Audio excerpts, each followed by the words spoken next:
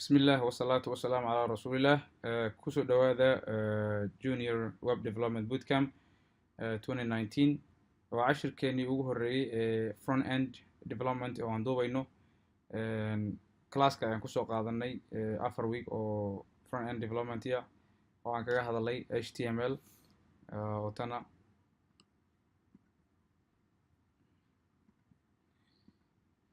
HTML CSS Bootstrap, JavaScript, iyo jQuery. Cashirkan waa cashir yar oo kooban. Waxaan ku dhisaynaa build website using ASP.NET. Website news website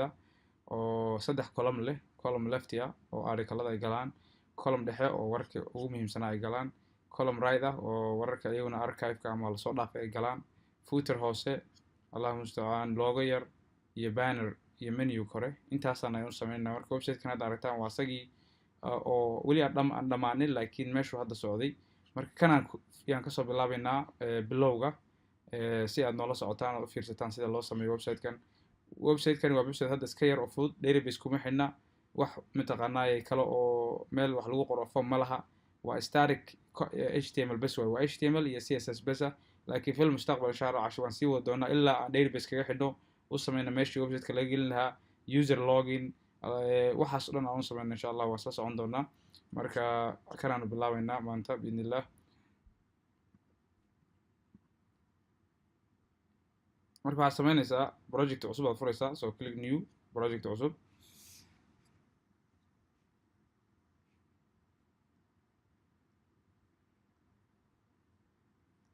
kabacdi waxaad tegaysaa file new project webka kuu dooraado kan labaad ku dhufo .NET entity waxaad ku qoraysaa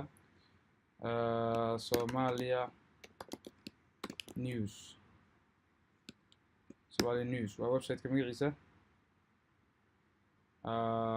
hadda Somalia news website meeshan browse deh kabacdi computer-ka tag kabacdi C drive-ka tag Bootcamp 2019 halkan select ku dhahaysaa haddii folderka uusan kuu samaysnayn waad samayn kartaa C drive-ka ku samaynaysaa intaa markaad samayso click okay kabacdi wuxuu ku keenayaa meesha laga dooran lahaa website-ka aad samaynaysa noociisa inagu waa MVC way waxba kuma darayno hadda connection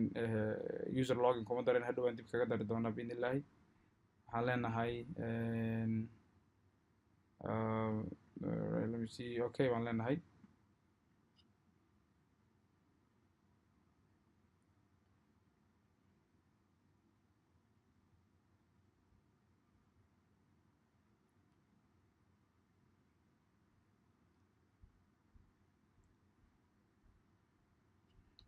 kabacdi markaan okay dhahdo kan waan iska xidhaysaa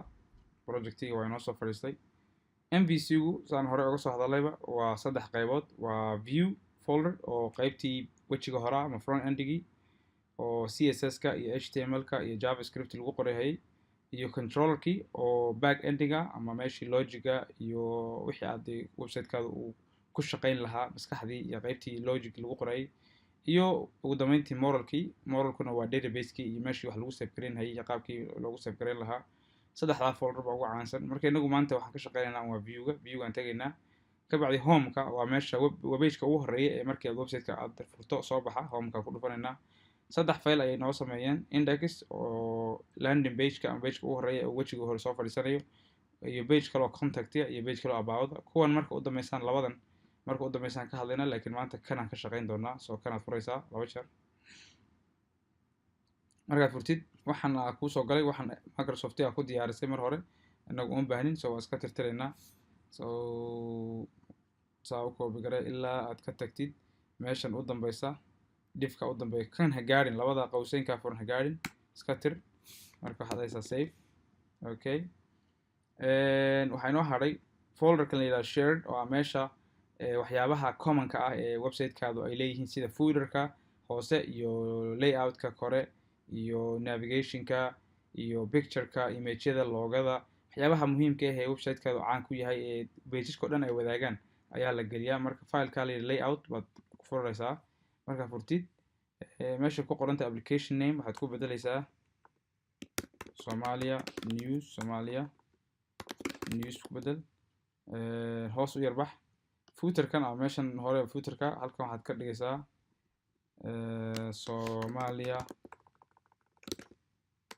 Somalia news all rights reserved waad ka dhigaysaa waa save garanaysaa kabacdi kan waa iska xidhaysaa waan ka dhamaanay kani hore waxaad ku noqonaysaa indexka marka qaabka aan rabno haddaan ku noqdo waraaqdii waxa weeyaan waa contentigu hal diff oo weyn waxaan dhan oo hadda aan highlight garay intaas oo dhan waxay ku jiraan hal diff oo la yiraahdo container so ka aan samayno so diff tab baan leeyahay enter baan leeyahay then waxaan samaynayaa class bootstrap kaan qorayo container macnaha waxa waaye waxa dhan hal meel bay gelayaan container kaasi waxaan rabaa marka inuu background lahaado so waxaan leeyahay style waa css baan qoraya style background colorkiisa waxaan ka leeyahay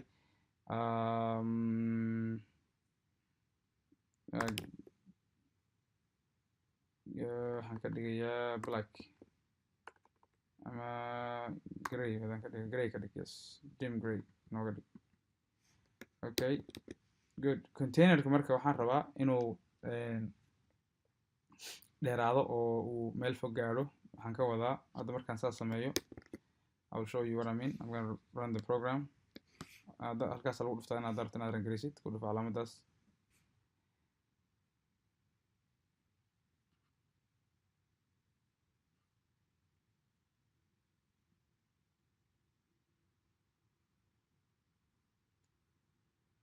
waa soo baxayaa homekii wuu soo fadhiistay indexkii aan ka shaqeynay wuu soo fadhiistay oo pagekii u horreeyay ah kabacdi waxaan sugaaba waa inuu soo baxo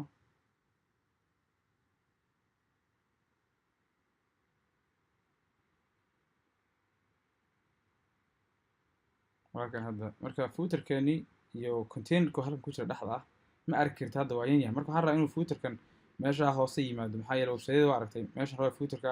oo u dambeysa hadda kor buu soo aaday so meeshaas waxaasaan ka hadlayaa so halkan imow waxaan siinaynaa marka width baan siinaynaa height cafwan height baan siinaynaa heightkiisa waxaan leenahay waa 900 oo pixelka waxaa lagu cabiraa qadarka website-ka iyo dhererkiisa lagu cabiraa marka waan furayaa kan kalaan iska xidho waa website-kii hore iyo xinaa iska furo marka refresh dheh fiir hadda markaas way dheeraaday markaas hoos buu aaday halkii dhijir furkii colorkeedan ka bedelan waa marka hadda wax yar website ahaan u yar ekaaday durba ma aragtaa wax kale meena sameeyna hadda bal dee intaan sameeyna fiir waxaa sameeyay diff waa containerkii wax la gelinayo weynaa stylekiisa background colorkiisa waxaad ka dhigtay gray heightkiisana 900 intaas wax wal marka dhexdiisa galayaan soo dhexda tag ay waraaqdii aan ku noqdo marka hadda waxaa sameysay intan menu-ga kore madow haddaan ku noqdo waa kan intaa madow kore wuu la yimid waxba inagu kameena sameynin haba yaraatee isagaa la yimid marka inagu dhexdan baan ka shaqeynaynaa insha allahu tacaala okay dhexda marka column-kan greenka ah ee leftiga ah ilaa halkaa taga greenka waa kan haddaan saa ugu qoro midkaasaan saa u xariiqay iyo kaa kale bluega aan saa u xariiqay iyo kan dhexda ahee dhan ee asna halka ku jira saas kan dhexda kan waa 3 row wey kanna waa 3 row kanna waa 6 row 6 lagu daray 3 lagu daray 3 waa 12 marka waxaa jira la yiraahdo grid layout ama grid size 12 row baa jirta ama page-ka u horeeya haddaan dib ugu noqdo page-keenan halkaa laga soo bilaabo ilaa geeskiisa kale waa 12 qoladood wax lagu kaydsan karo qoladihii marka waad kala jaraynaa saddexna xaggeed geenaysaa oo waxbaad gashanaysaa saddexna xag kale geenaysaa waxbaad gashanaysaa lixna dhexdaad geenaysaa marka bootstrap luqadda dhahaan oo css ah oo la casriyeeyay oo twitter ay leedahay ayaa waxa ku sameynaya marka kaasaan hadda ka shaqeynaynaa kow waa inaad dib dhahdo tab enter dheh dhexda ka gal halkan ku dhufo class dheh row baa siinaysaa row waa kii 12 kala hadda waxaad marka 12 wax baa ku yaala yaad isticmaali kartaa dhexda ka sii gal marka 12 kala qaybi diff okay mid koowaad waxaan leeyahay class call oo column md oo dhexaada oo median laga keenay 3 waa midkii hadda laftigaan sameynaya kan uun banaankiisa imow haddana waxaan leeyahay diff dhexda ka gal waxaan leeyahay haddana class call md 6 waa kii dhexe haddana banaankiisa ka imow waxaan leeyahay div dhexda ka gal haddana class call md plus 3 oo kii u midigeeyay wakaas okay saddexdii waa qortay kan waa hal xabo kan waa hal xabo kanna waa hal xabo hadda haddaan ku qoro kani waa bidix kani waa dhexda Soomaaliga qor la yiraahdo hada kani waa midig waan save gareeyo control s baa lagu save gareeyaa hadda doonto kaas taaban kartaa labada xabo save gareynta ka bacdi aad ku noqoto website-kii refresh and dhaho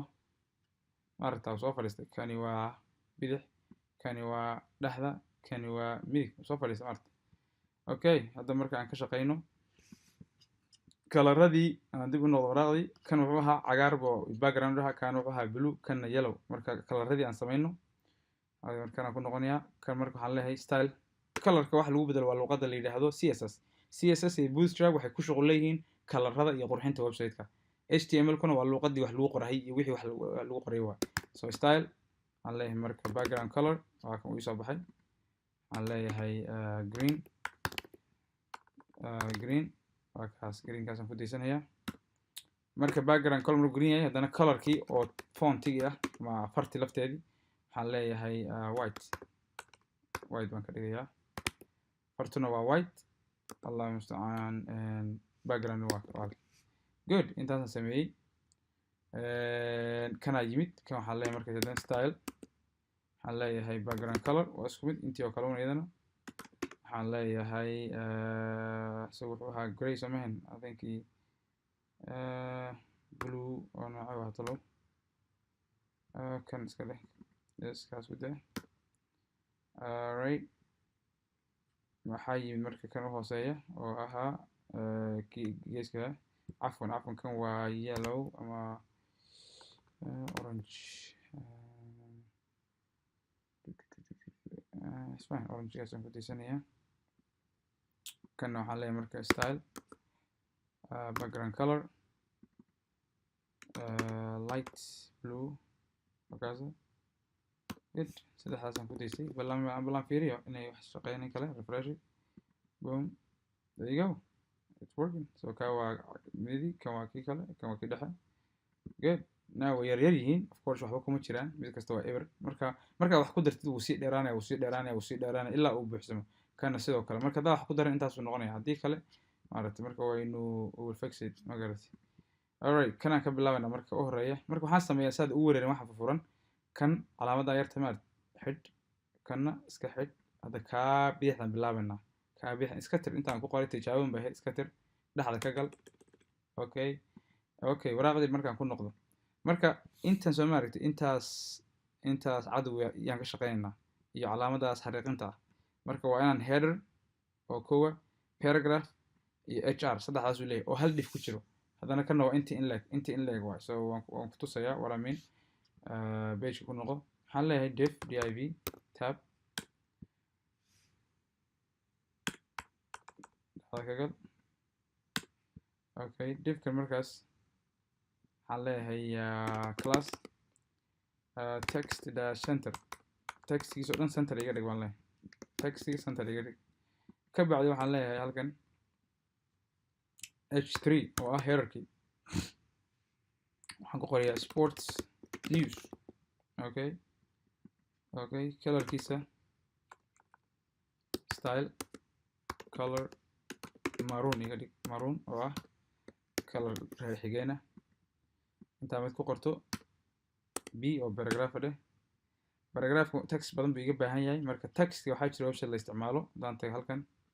hadaan ku qoro sample paragraph text hadaan ku qoro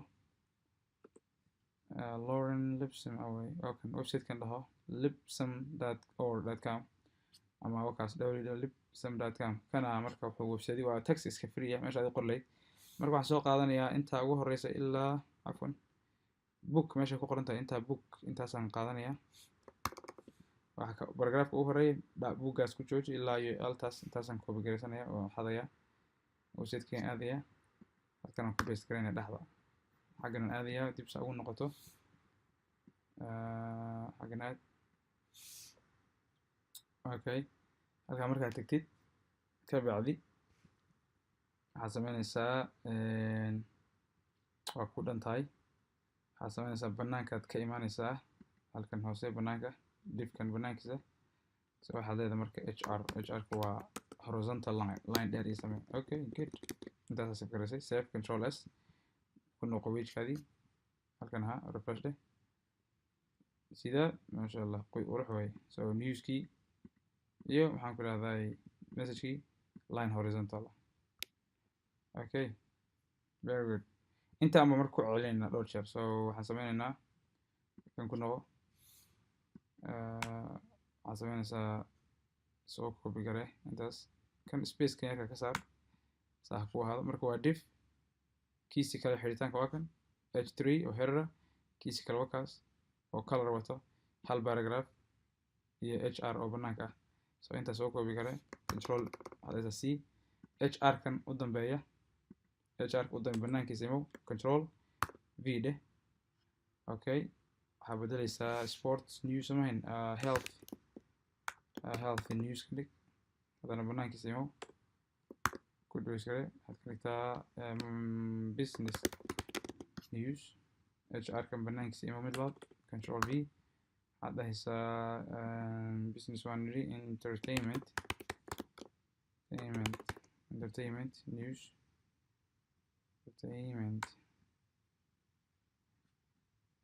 news okay I think afarta xabo control s waan save garanaya igu filan ma filaya page ku noqo waan say refresh masha allah look at that afar xabo oo news aan gashtay oo qurux badan good now haddana kii dhexan ka shaqeynaya may kii laftiga aan aada laftiga maadaama right-kan ka wada cafo right-kan aada maadaama kan iyo kaa isku mid yihiin so back to the key right-ka kan marka waan dhameeyey kor u noqo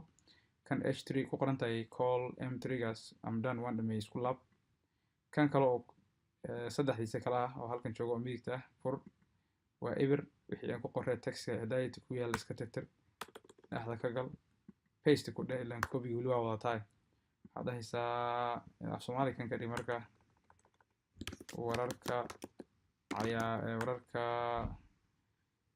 wararka ganacsiga okay hr kan banaankiisa imow haddana paste dheh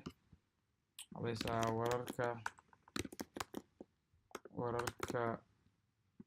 maanta waxa wararka waxaad dhahaysaa iibka hr kan banaankiisa imow paste ku dheh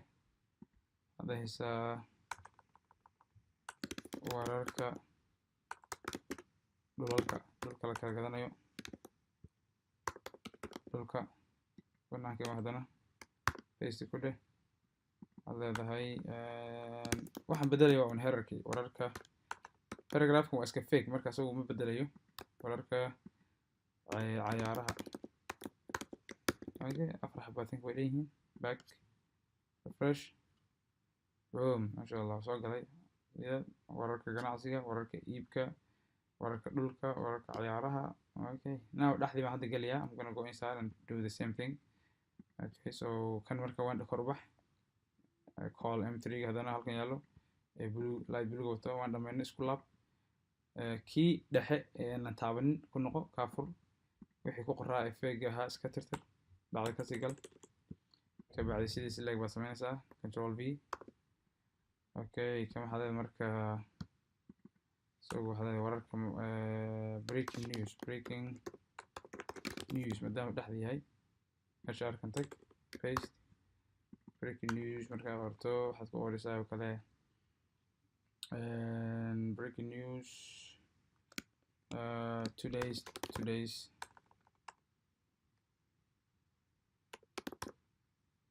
news hr kankiisa ku dhufo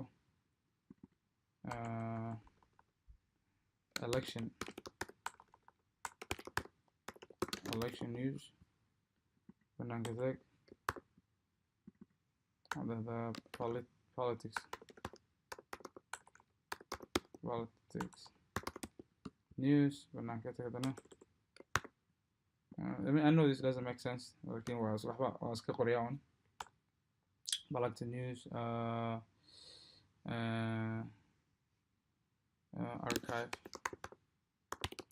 archive news